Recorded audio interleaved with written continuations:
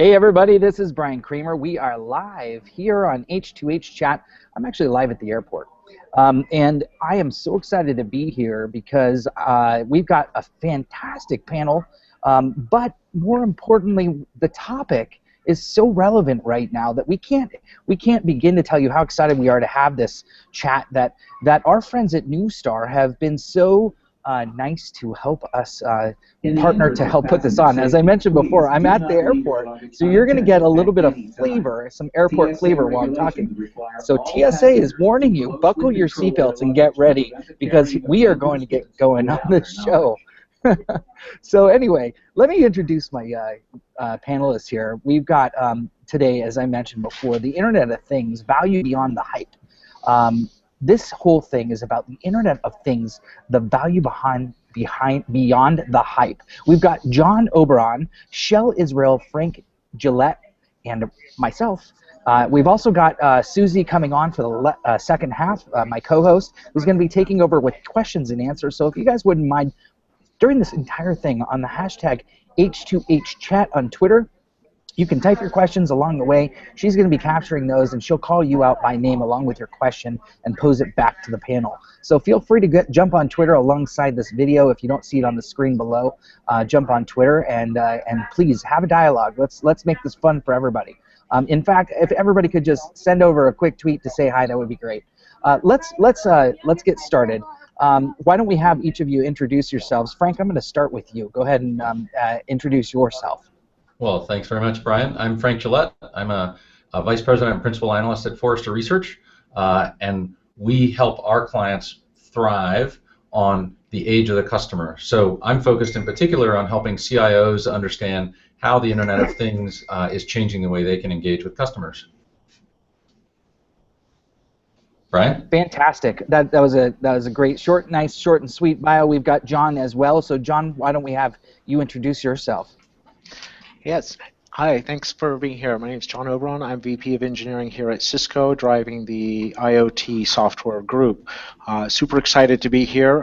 Platforms and catering to the developer and data and enterprises is just one of my passion points, so great. I'm so glad you completed that sentence. I thought you were going to say you were in catering. Shel Israel, a good friend of mine, we've known each other for a while, just released a new book. I'm sure you'll tell us about that. Why don't you go ahead and introduce yourself? Of course I will, but introduce a new book, I mean. But generally what I do is I write and I speak about technology's impact on business and life in general.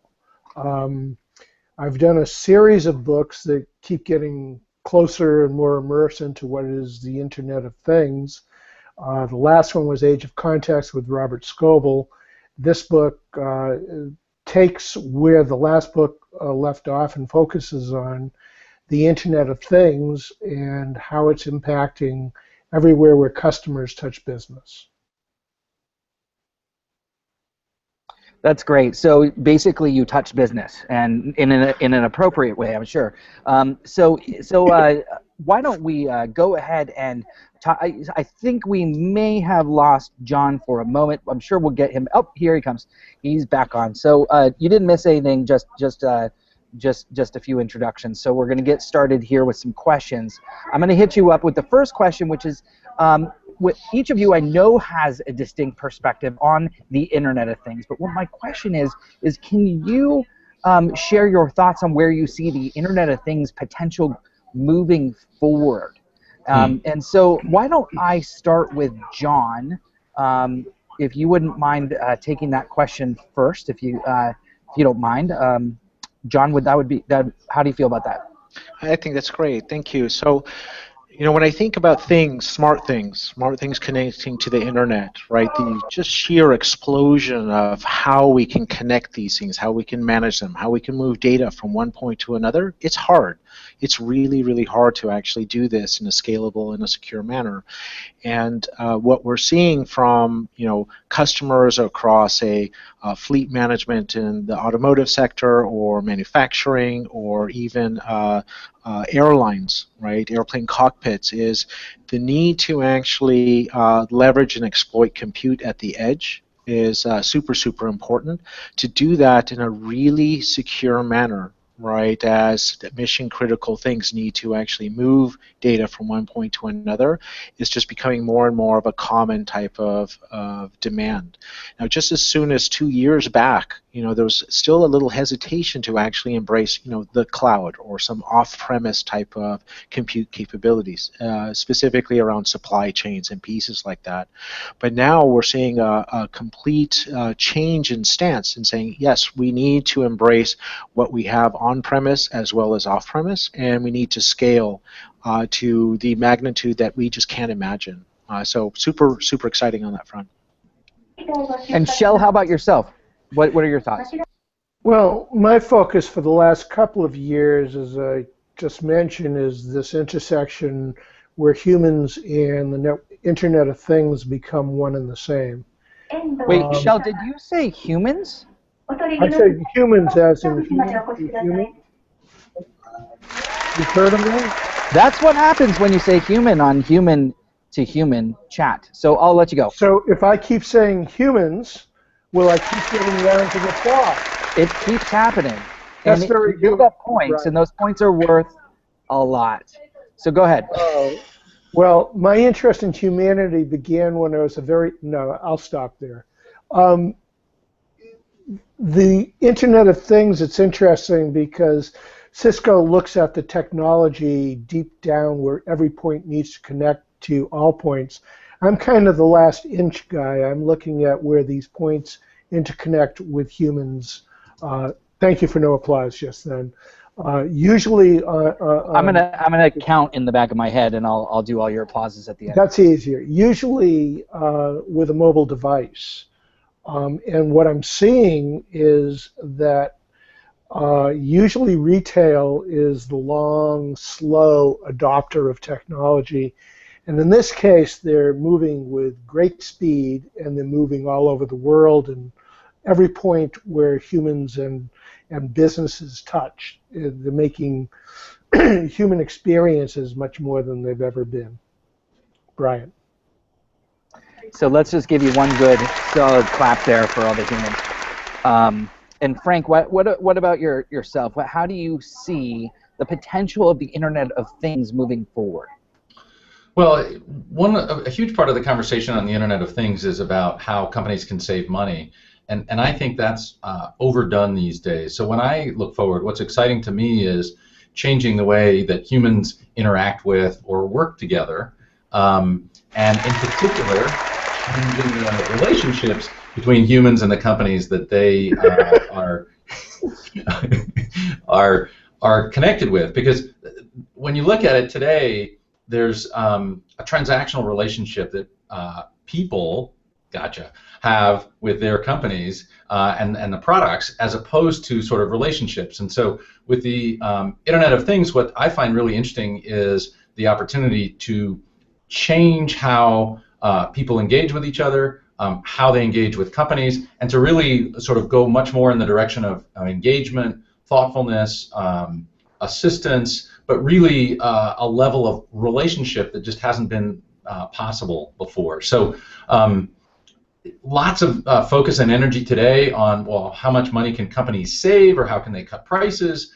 But really, to me, there's an overemphasis on that, particularly on the industrial side. And what we really need to be talking more about is the potential for changing relationships and engagement, and frankly, the politics, the policies, and the cultural preferences of the rules of that engagement. You know, how much data are we willing to share? What's the privacy? What are the trade-offs? There's a lot of interesting questions that come up both personally and at a society level when you start thinking about the kinds of information that can become available. And it's not just in healthcare. It's in really all the physical world aspects of our lives, and how much of that data we're going to start sharing and for what purposes and on what basis.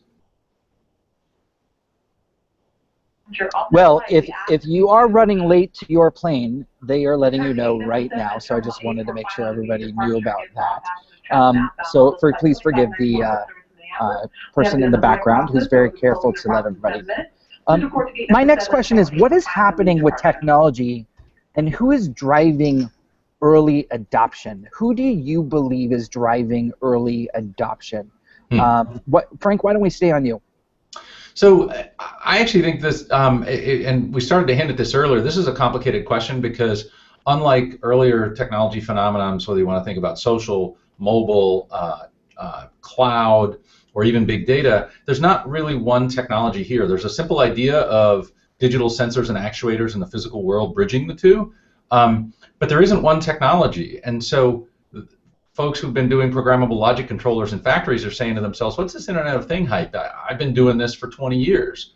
The folks at Zipcar have had a connected car for 15 years since my neighbor co-founded it here in Cambridge, Massachusetts. So for a lot of folks, it's like, well, this isn't so new. But when we think about the technology, there have been some really important developments. Sensors have gotten cheaper, driven partly by Moore's law and partly by the economic effects of millions of sensors on smartphones. And so sensors got much cheaper. Our whole thinking and way of working has changed because of the prevalence not just of smartphones, but of a new kind of behavior, a mobile mind shift, we call it, that there's the expectation that, hey, this technology knows more about my situation and my environment, and now it's bleeding out of the phone and into the surroundings around the person. So there have been a couple of key developments that took us beyond the fact that we've been doing both analog and digital forms of IoT, frankly, for decades.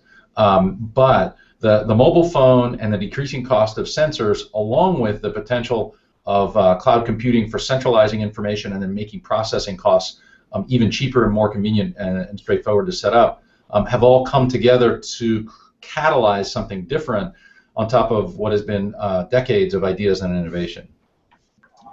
And John, what's your thinking on that?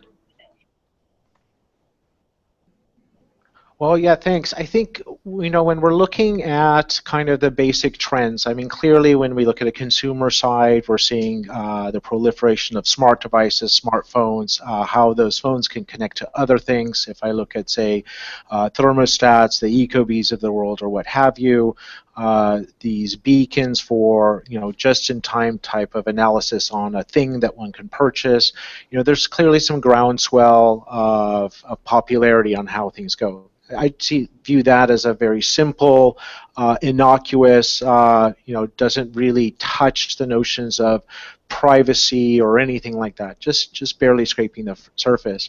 But, you know, how I see it, there's actually a significant amount of innovation just on automobiles alone.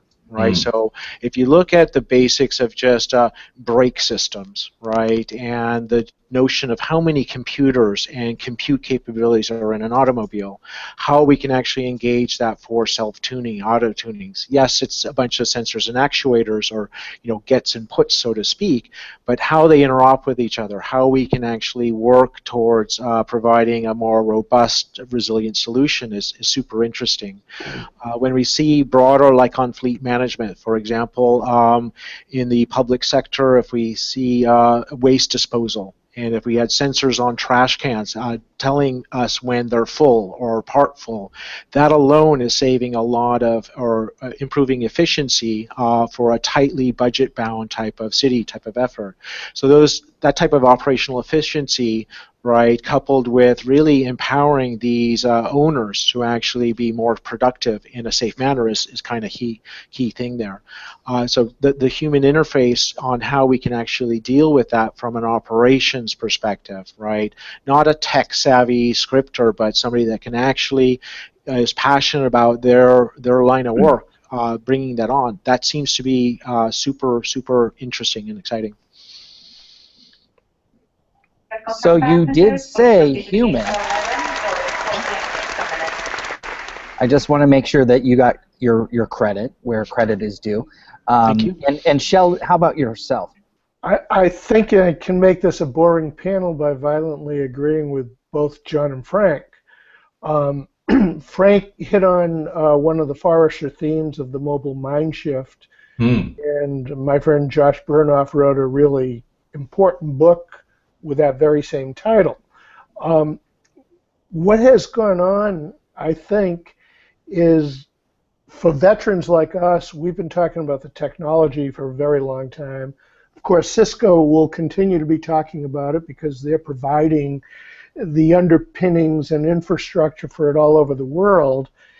But where the action is now is where the rubber is meeting the road, where this stuff goes into the background, where beacons in a store isn't important, where beacons, as a matter of fact, become less important as new technologies, such as the new LTE Direct standard for mobile phones, starts coming into use and applications change. I think along with the mobile mind shift is a shift in power between those holding the mobiles and those selling. Historically in business, the buyer has controlled an awful lot from where you shop to back when the manufacturers are involved, what color it can be. Yep. To marketing saying, you need this, to us saying, no, we don't. And when I do need something, I'm not going to ask you because you've got an agenda. My friends will give me a more honest answer. Not only will my friends give me a more honest answer, your last customer will give me a more honest answer, and I can reach them through social media, which is one of the powers that we're dealing with. So this is a good time for me to jump in because it's very nice and quiet at the airport, which never happens. What I wanted to ask, you, and this really is a great question, I think, for all three of you. Well, the Internet of Things appears to be huge. The amount of devices, will consist of 70 billion objects by 2020. Embracing data-driven decisions will be again another huge component to this. But how are you seeing the Internet of Things creating real economic value for businesses? That's the question I think on everyone's minds. How is this going to create economic value? Shel, do you want to start? Oh yeah, I could write a book on this subject. Oh, I did. That's my shameless plug for now. But what I found. What's the name of the book? Oh my God. Wait. Thank you. That's a good question, Brian. My book is Lethal Generosity. And I think the person behind you, Brian, just said it in Japanese. So, but the book looked at every point that customers and businesses are coming together and showed how technology is making it an easier experience, a better experience for the user. And what I learned along the way is this is turning everything upside down. Brands, for example, are finding greater value. There's a company, Vision Critical, that does Nielsen-type polls of millions of customers, so they can tell a marketing department what the customers want, and then the marketing department can focus on using technology to fulfill that need. Everywhere I look is the ability of technology to reduce friction. My friend Robert Scoble wanted me to call the book Uberize Everything. I don't think that captures it, Shel. Well, that's my friend Robert Scoble. I was about to say, but I didn't do that for a few reasons. Right. What captures it is the merchants now, the sellers now, the concert and event producers now, who really want to win, who really want to have their customers keep coming back and back and back, will give them better and better experiences, and then no marketing message is going to be able to move it. The customer is becoming the marketing channel. Well, Shel, the one that gets to other customers. Yeah. The quote that I like, Shel and Bryan, is from the guy who sold ThingWorks to PTC. He said that we're going from an age where the customer is a sensor on the product, they complain about the product, to the product is a sensor on the customer. I wish I had written that, or I wish I had known that before I wrote the book, and I would have attributed it even. Well, there you go. But anyway, I love the way that captures this notion of the product is now able to add context to things. And so for me, it captured what you were just saying, Shel. I don't mean to step in here and jump in, but I love that quote so much that I keep using it. And it was the CEO of ThingWorks who still now runs that part of the business at PTC. I'm forgetting his name off the cuff, but that's who I heard it from first. That was a perfect place to step in. Thank you. I think from this, John, I think economic value. Right. So I think when we think about economic value, right, for, honestly, it could be a buzzword, Internet of Things, but the reality of how, systems or workflows or companies can save time and money in a secure manner is I think a key element here. As we're looking at, the basics of automating things that honestly should be automated, right? Eliminating downtime, being able to, in a more agile type of manner, being able to course correct or auto-tune. Say, as a simple example, you can have an infrared camera on a machine that's overheating, and that could pose risk to human personnel on the factory floor. Any types of these things that may not be within the machine itself, but it's surrounded or adjacent to the machine is a key area.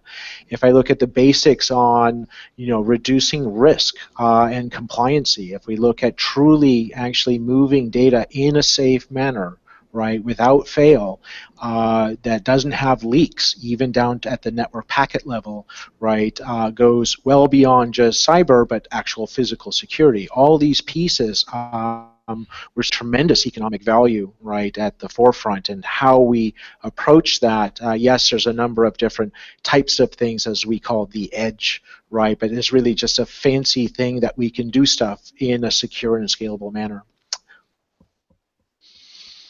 Yeah, I agree. I mean, John, I wanted to comment briefly. There's this interesting trade-off. It's so easy to think about it from the point of view of the company about saving money and efficiency, and I keep trying to flip it, taking the inspiration from Josh Bernoff and his earlier work, and put it in the hands of the customer. And it's easier when you think about the consumer, but even in B2B transactions, there's a lot that you can change the dynamic when you have more information and you're able to take care of the customer proactively to prevent a breakdown, to improve an experience, to speed up response time to either an opportunity or a problem. And so while it's easy to sort of estimate and calculate the improvement in saving money, I actually think the experiences, the thoughtfulness is what we're going to look back on and what we will miss if somebody takes away our IoT, so to speak. Yeah, I would agree with you. I think on one side, is the best user experience invisible? Does it just work? Right. So if I imagine just the simple person that has a truck roll to some factory floor, do they have enough information and context to actually not just delight their experience, but actually do the job at hand in a safe and effective manner? And you're spot on. I think if we don't solve that fundamental piece, right, we'd have to hide behind, a financial analyst type of Excel spreadsheet minimization, when it's not that. It's about how can we leverage the stuff that we have today, right, in a new and innovative manner that actually delights the customer. I think what's really fun here is that you, John, and I, and maybe Frank is a little closer to my side, are looking at the exact same situation, same scenario, same technology, except you're looking from the back of the screen forward, and we're looking forward from where the users are to the back. And yet we're talking about the same thing. The efficiency and the profitability to business is entirely dependent upon the user experience. I say customer, you're talking about factories and places like that. Change the word customer to user, and you have, when it works right, it's safer for the user in that factory. When it works right, the seatbelt will work, the emissions will accurately be reduced. Yep. Without cheating, that is. This is the interesting thing. I love that you say when it works right. because last week on, I think it was Friday, I left to go pick my son up. My daughter and my wife were still home, and I've got the Hue lights from Philips, thank you. And they're all on in my house. I have it connected to If This Then This. And when I come to the house, I just installed them, but when I come to the house, they turn on, and when I leave the house, they turn off. I left the house to go pick him up. My wife and my daughter were still home, so my entire house shuts off. It's out of context. So this is the difference between thoughtful and automation. And I was actually going to make a slightly different point, Bryan, but it sounds like with the way you set if this then that, you chose an individual egocentric way of doing it. It was like, when I leave, kill the lights, as opposed to when the last person leaves the house. But anyway, my point is, and this is what I like from David Rose's book about enchanted objects. He's like, we don't all want to be pulling out smartphones and touching black slabs of glass to remote control things. So the idea, for example, that you would have to take out your phone to turn off the lights is bonkers. But there's still an awful lot of this automation conversation going on, particularly when we talk about the home, but not just there. And it really is. I mean, yeah, it's automation, but it's humanized automation, because what is going on is it has the awareness and the sensibility, the context, Israel, of what's appropriate, what a human would do in that situation, not some dumb program that only knows a couple of tidbits. You mean if I say the word humanity, you will play a round of applause? So guys, we've talked about a lot of great areas here, and just before I pass the baton over to Susie, who's going to be asking you guys questions from the audience, as I mentioned before. And by the way, keep the questions coming. Everyone out there, these guys are got a bit of time here left, so please keep the questions coming. It's a great conversation here. My last question before Susie takes over here is, what should marketers be thinking about with regards to the Internet of Things? Because I see a lot of your milk is gonna they're painting the future of awesomeness. Your milk is going to be replaced before you ever get home. A drone will drop it off, and it will know that it's saving you time and even money. And there's so much promise of a better future. A lot of this is marketing. A lot of it might be truth. A lot of it might not be. What do you guys think? Why don't we start with John? John, what do you think about that? What should marketers be thinking about here? Well, it's a great question. It reminds me of, back in the 50s, there was this new technology called plastic, right? And if you looked at what they were building and you looked at how they were trying to market that, they were all over the map. It was all, honestly, by Braille, right? They were in the dark. They were trying to do that. Who would have known? Who would have thought that plastic is so invasive in just in all aspects of our lives today? Of course, now it could be a safer, more secure thing for, say, a child or what have you, even plastics that are stronger than metal on those pieces. To some degree, IoT is kind of along the same parallel, that we're unlocking compute capability, right? Imagine my watch, my glasses, my earring, right? My clothing, right? The chair I'm sitting on, the desk, all this compute capability just waiting to actually be exploited and used, right? The massive aqueduct system of the Internet of Things, how things connect at hyper scale is an interesting notion. What the actual applications are to actually enrich and delight an end user's lives and experience is mind-boggling. So what I'm seeing from a marketeering perspective is, painting this broad vision on, let's innovate and let's travel on the unknown, because we're at the beginning of this journey.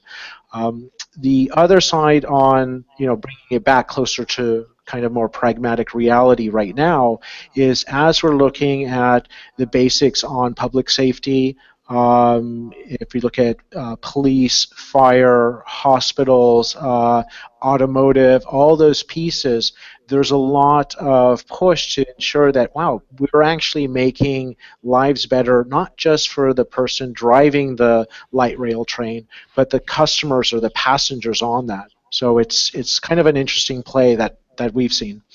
Well, just to give an example of that, John, the Volvo guys, I think it is, are trying to design cars so that if it strikes a person, it won't kill them, right? So that, in other words, conveying the benefit out. It made me think of that particular example. But over to you, John. How about me? No, well, I was jumping in, and I just wanted to pass the baton back. It's all yours, Shel. Okay. It's once again, I'm going to have to say the words "my new book."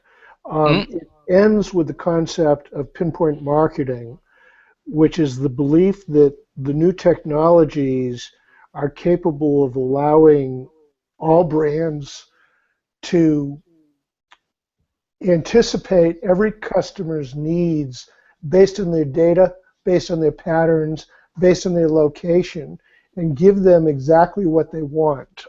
I tell a story in the book about a satellite going over a parking lot. This is real technology. This exists. This is not being made up. It's an ESRI satellite known mostly for spying on people and reporting to banks when your swimming pool is changing color, which means you're probably a little short on cash and you better not get any more credit. But now it warns the store that you have arrived and you've registered as a loyal customer and you volunteered that they can collect your data. When you arrive in the store, aisle 411, a mobile app, gives you the route to where you should go. In this case, the data shows that you're building a deck. You come in here every other Saturday. And as you walk through the store, it says, hey, Bryan, you want to sail on this redwood stain? You're going to need it soon anyway, and so you can buy it there. When you arrive at lumber, they already know that you're up to the point on your deck where you need rails and benches, and they have the wood all out there. When you walk through, contactless payment comes out. You put up your Apple or Google mobile wallet, and you have a contactless payment, and you walk out of the store. Sometime soon, you won't have to bother with the contactless payment. I think it'll be like an Uber car. You'll just walk out of the store with your lumber. Yeah, so what I'm seeing here, I think that's great. It's super awesome. When I think about the opportunity and the potential, it's huge, right? But bringing it back down to kind of more simple use cases that, we're still breaching the notions of, data retention, data privacy, what's secret, what's sensitive, all those things. But imagine just the technology on the hardware side is becoming cheaper and more efficient. This is goodness, right? So it's not just, Moore's law, it's Bezos' law, it's compute capability and all these pieces. So imagine, if you will, you're at a restaurant and the plates actually have sensors to detect if there's botulism or something that's gluten or some type of allergy, and it just changes the color of a dish. Right? Is that beneficial to the business owner? Yes. It reduces insurance, it reduces risk, it improves the overall experience. Is it useful for the end user? Absolutely. Right? This is not invasive. This is just showing how the power of connecting a smart thing. That may all be true, but I don't know if that's a marketing issue. Well, I think it is. Communicate with your customers, and they don't know much about what's not there. They're happy that they didn't get sick in your restaurant. But if this were 100 years ago, they'd still be unhappy if they got sick in your restaurant when there are germs swimming everywhere. Well, so let me jump in on the marketing thing, because I think if we think about cars and how they used to be sold, right? One of the old slogans was "Your car is your freedom." And it was all about the car or the clothes, or a lot of objects are about the identity, the qualities that the buyer inherits if they pay for that object.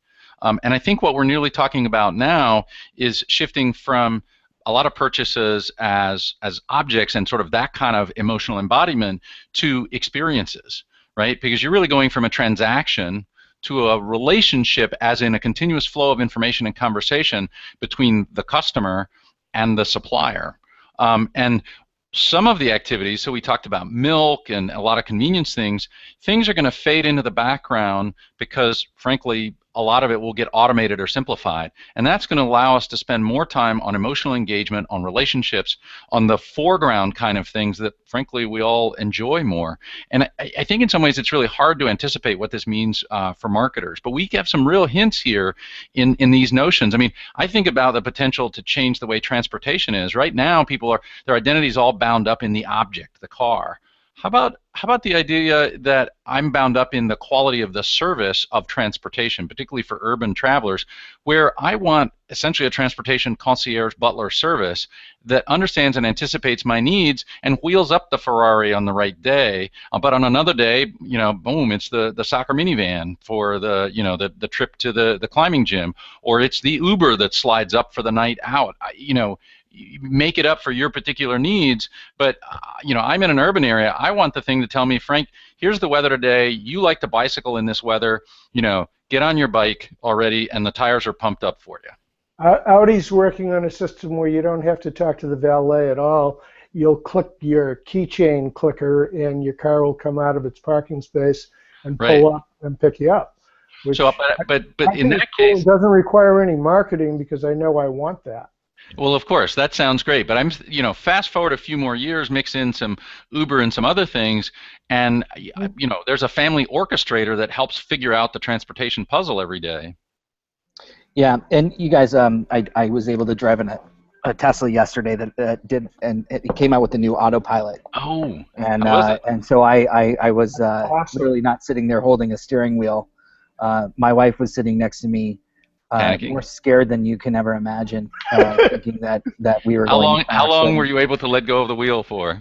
My hands were just basically just like 1 centimeter away from grabbing the wheel the whole time. It was pretty intense. 10 to seconds, sit there. 10 And hours? the reason that I bring that up, not just because of the coolness factor, but the trust of being in a machine that really has your safety at hand, and that you trust this machine to keep your safety, at around you. And so I just, I know, we're talking about marketing and how cool it is to be in a car that can do this thing, or how cool it is for a car to come pick you up. But there's all these other trust factors around these different things that are quite important.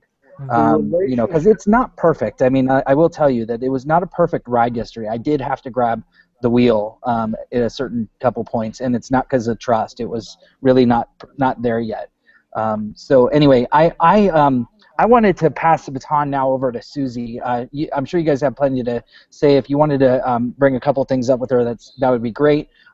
Susie, if you want to jump back in here on video, there she is.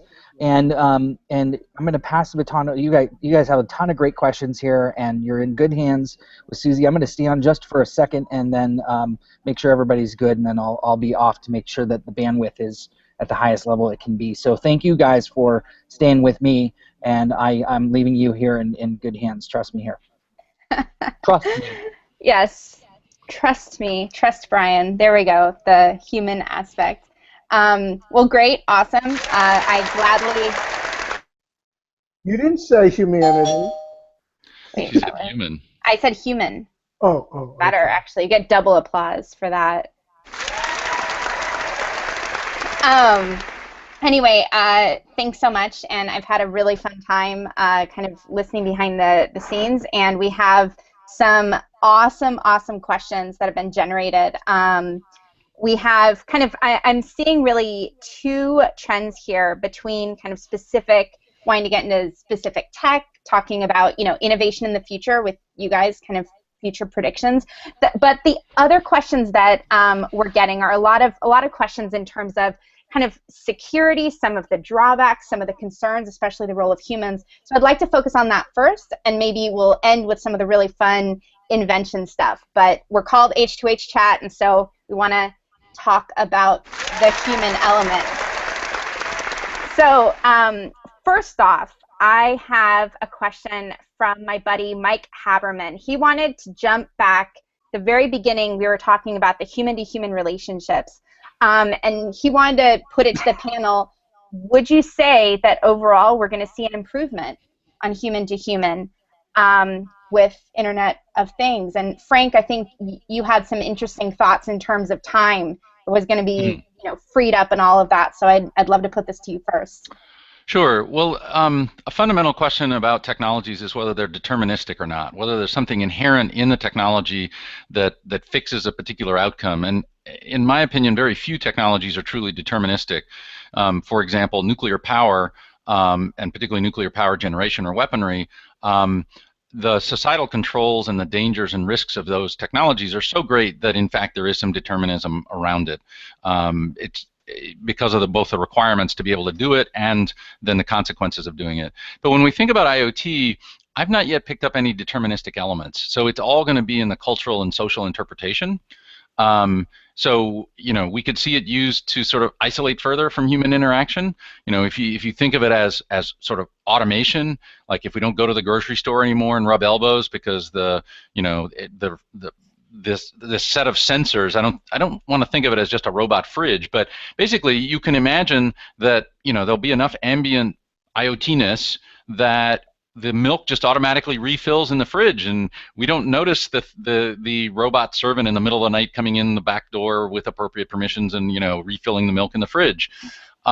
So you could argue at one end of the spectrum that we're not going to be rubbing elbows with each other anymore, but at the other end of the spectrum, you could say, well, if we take care of a lot of the, if you mix IoT with robots, physical, giant, complex physical actuators, then maybe we're going to have more time to be social. Maybe my fantasy of a rich transportation service will let me rub elbows and share transportation with a bunch more people. It'll actually be fun to ride the bus because the bus will be more organized around the people with common interests or going in the same direction or something like that. So the honest answer is I think it's up to us collectively to determine that, and I don't think there's any easy answers here, and I think that's part of what makes this rich, interesting, and maybe a little scary. I think that's the killer question. I tend to focus on what I think's coming down the pike in the next 3 to 5 years. And when you look back for the last 50 years, it's really been an issue between what we used to call high technology and people on how we're going to relate to each other. In Silicon Valley, there's been a quiet war between artificial intelligence, and John Markoff has just written a book about this, which is the machines replacing people, and individual augmentation, which is using the technology as tools for the people. At the end of the day, what we do as people with each other goes to a very, very global level of the future of humankind. We have the inevitable influx now of virtual reality and augmented reality, where we blur the final lines between what is real and what is not. And if you think that everybody will always know that, look at the difference the millennials are making in the marketplace, because they're digital natives, and you take away their phone and you take away their ability to shop, to study, to learn, to get healed, to communicate, or anything else.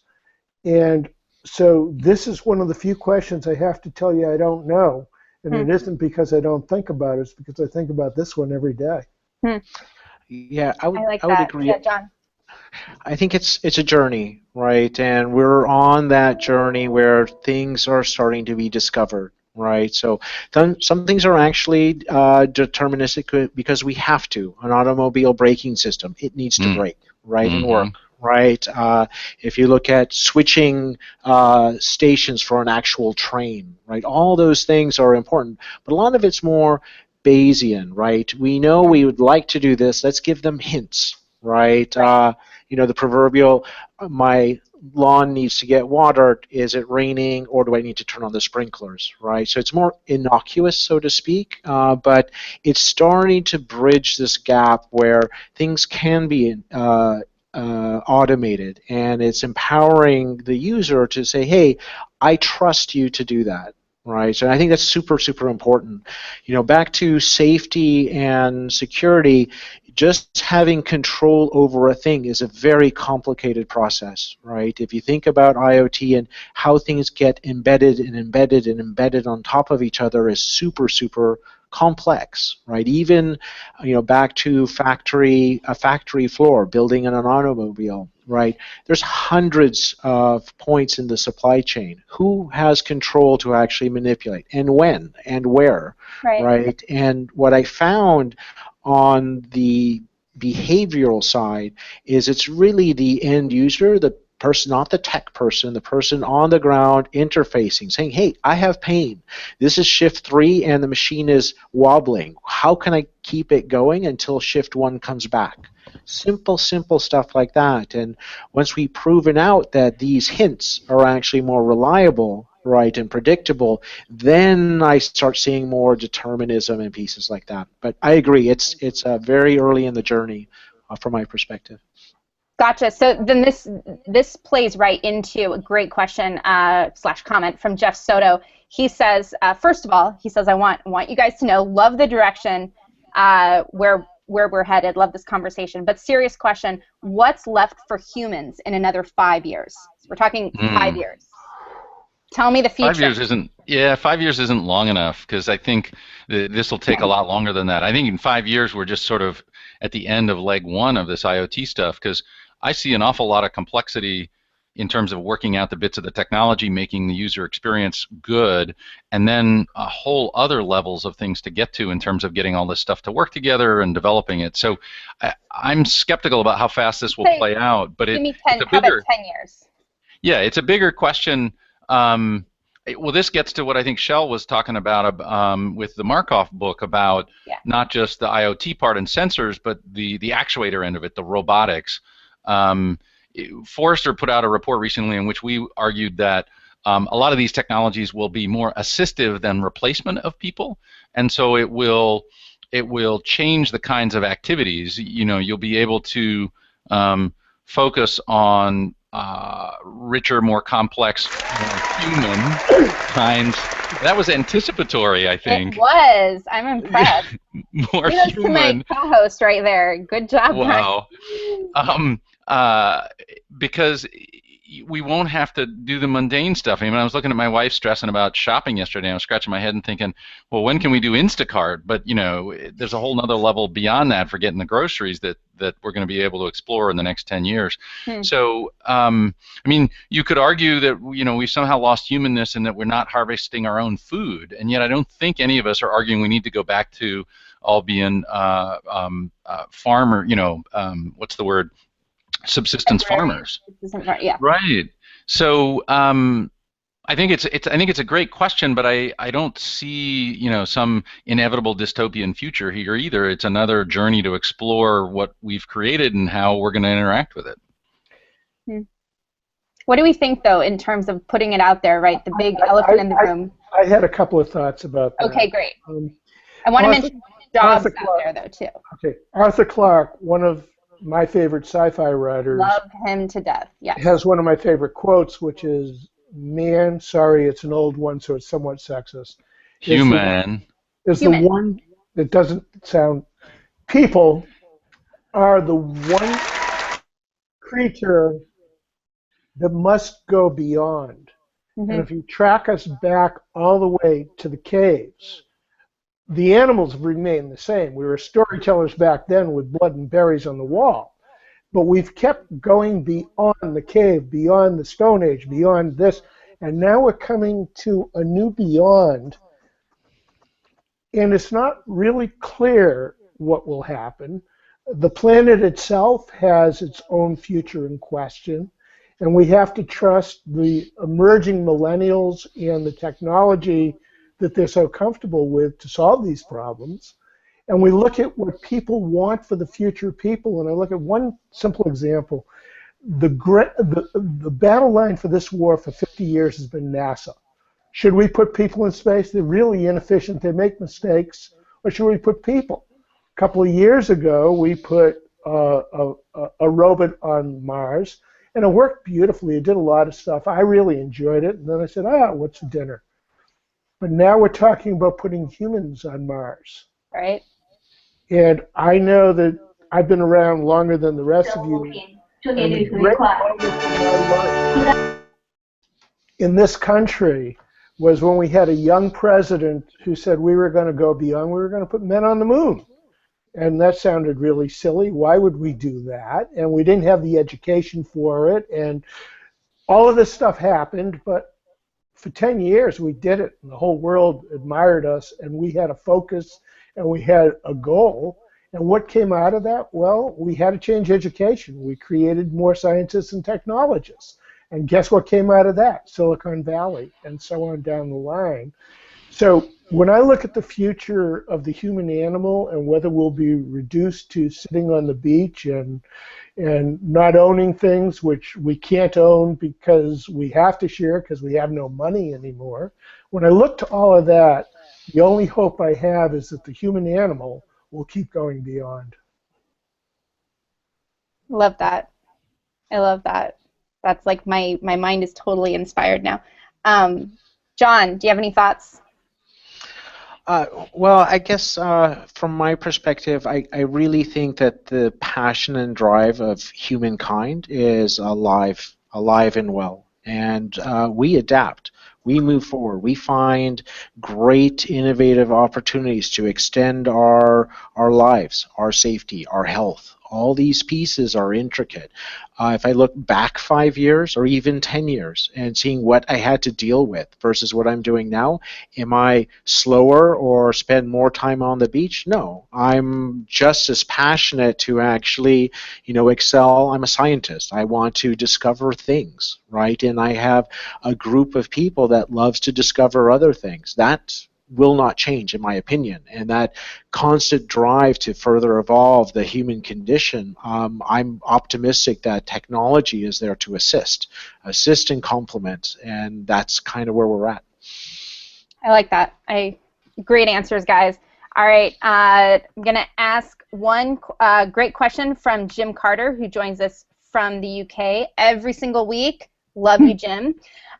So his question is, he wants to bring up the security and privacy issues with the Internet of Things. He says, chances are these devices may cumulatively know more about me than I do. Where are we going? How can we fix this? What do you see happening? What needs to happen?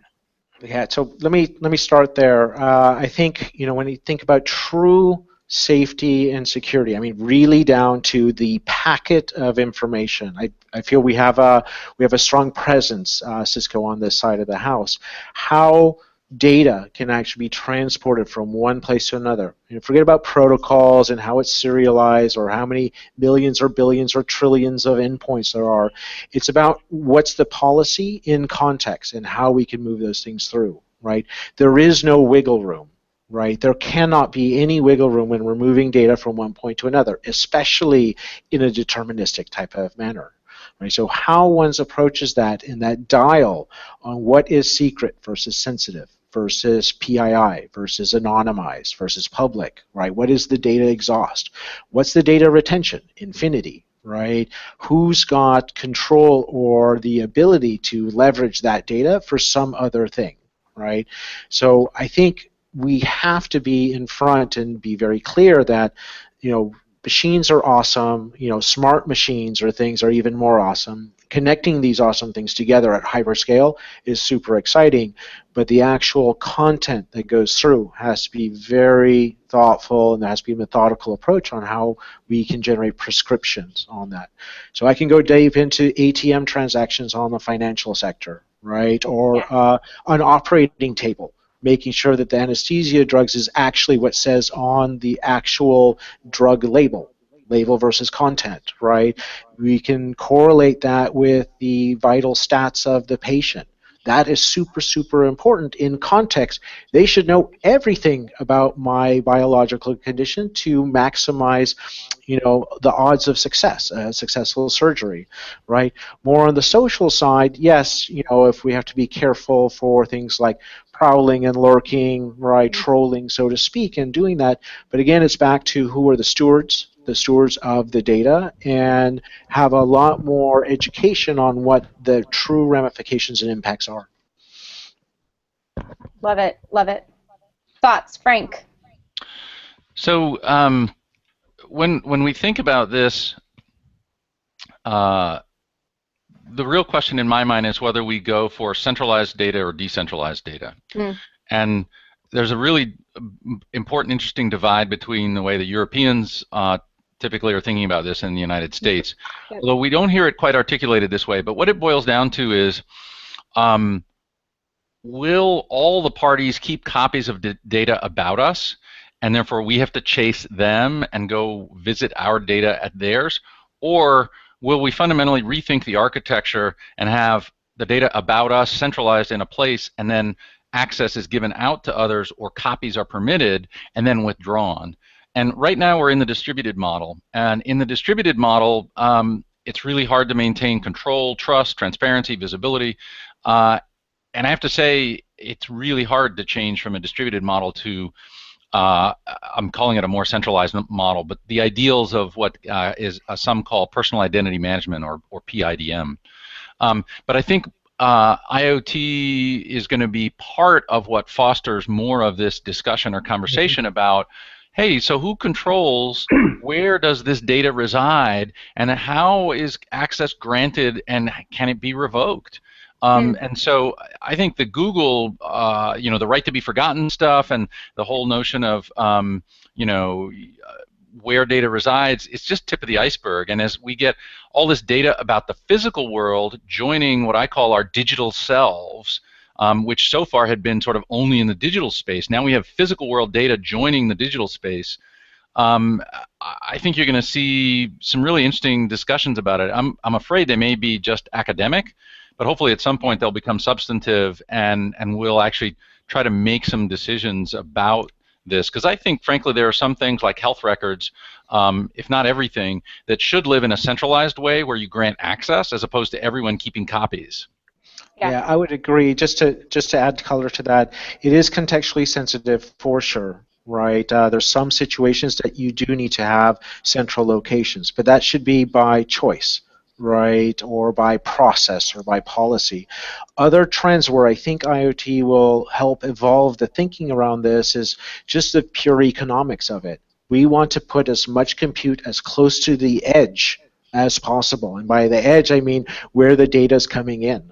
Right? We don't. Right now we're sloppy. Right, we're just, back in 2008 data virtualization. Let's just get everything into one place and we'll do something cool with it. Right, now we're saying, hey, we can do. I don't need all that stuff. I don't need an exabyte of data exhaust to run my home. I can just get the stuff that I absolutely need, and as long as the policy is there to understand what is secret versus sensitive, and we have the right protocols. Right, back to how we actually transport data from one point to another is going to be super, super important. So my belief is, the World Wide Web, HTTP, right, the classic protocols, that's fine and dandy now. Things are evolving, right? New protocols are coming out that's fine-tuned exactly for this type of situation where a system or policy can be invoked as close to the edge as possible to facilitate. Awesome. Shel, we have about 60 seconds.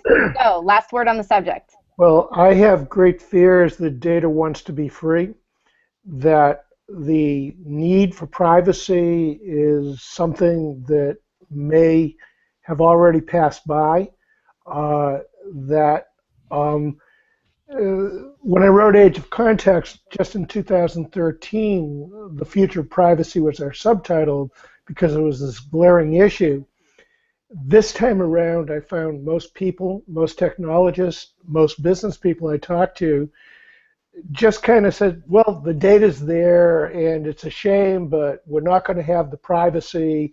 And then I heard from the millennial generation who said, yeah, you can know everything you want to know about me, but what's in it for me? What are you going to do for me?